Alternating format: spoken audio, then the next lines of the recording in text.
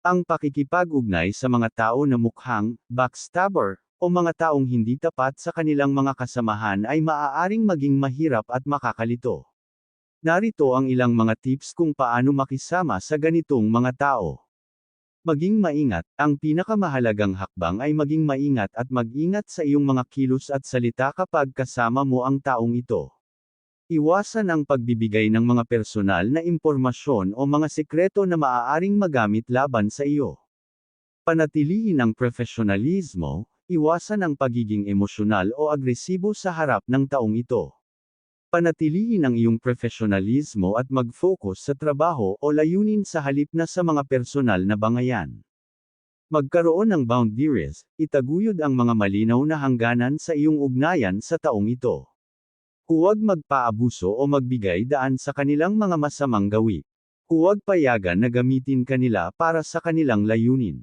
Kumalma at magpakumbaba. Kung ikaw ay nasaktan o naapektuhan ng kanilang mga gawain, hingi ng iyong panig ng may kalmadong paraan.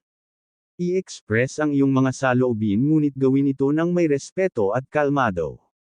Huwag maging bahagi ng gulo o away. Hanapin ang iba pang suporta. Hanapin ang suporta mula sa iba pang mga kasamahan o kaibigan.